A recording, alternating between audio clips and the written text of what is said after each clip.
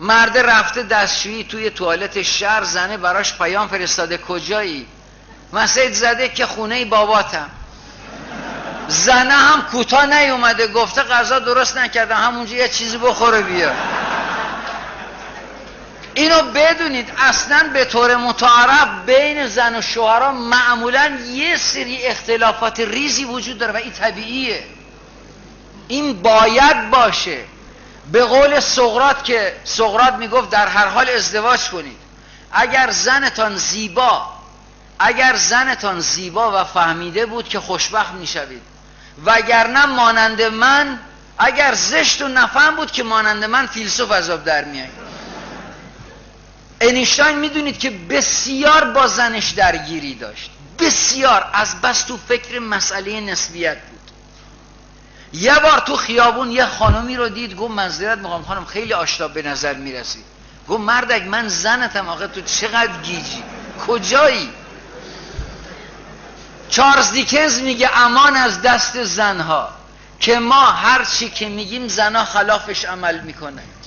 من به خانمم میگم خانم بریم دور دنیا بگردیم، میگه نه بریم یه جایی دیگه. رنه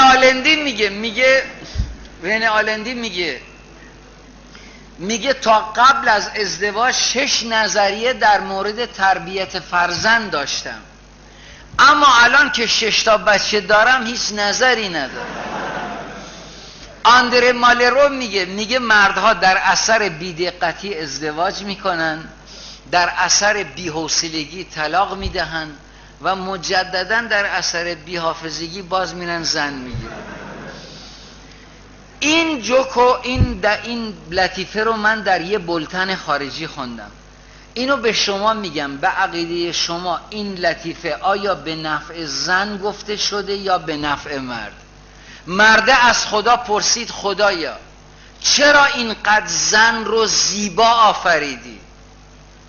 خداوند فرمود برای اینکه تو از اون خوشت بیاد.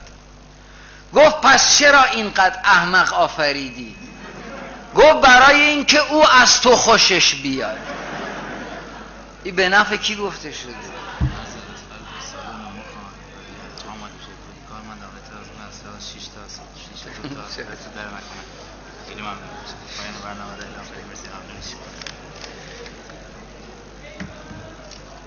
یکی از دوستای ما یزدی هم بود، میگو ببین آقای دکتر با همون لهجه یزدی، میگو ببین ما میگیم که خدا یکی، قرآن یکی، پیغمبر یکی، زن هم یکی. آره میگن خداوند عالم کهکشانها را آفرید سپس استراحت فرمود، بعد از آن زمین را آفرید و سپس استراحت فرمود، پس از آن گلها و جانوران را و ریاحین را و سپس استراحت فرمود، بعد از آن مرد را آفرید و سپس استراحت فرمود، پس از آن زن را آفرید و از آن پس دیگر نه خدا استراحت فرمود نه کهکشانها نه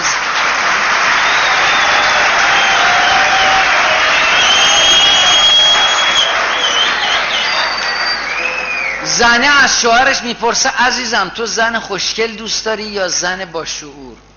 گفت هیچ کدوم عزیزم، من فقط تو رو دوست دارم. زنه به شوهرش گفت عزیزم تو بیشتر از اندام من خوشت میاد یا از اندام من یا از چهره من؟ گفت عزیزم این اعتماد به نفس تو من کشته. اینو بدونید ما از خانوما نظرخواهی کردیم در مورد آقایان. مال آقایان نمیتونم بگم که نظرخواهیشون در مورد خانوما چی بوده، اصلا غیر قابل خواندنه.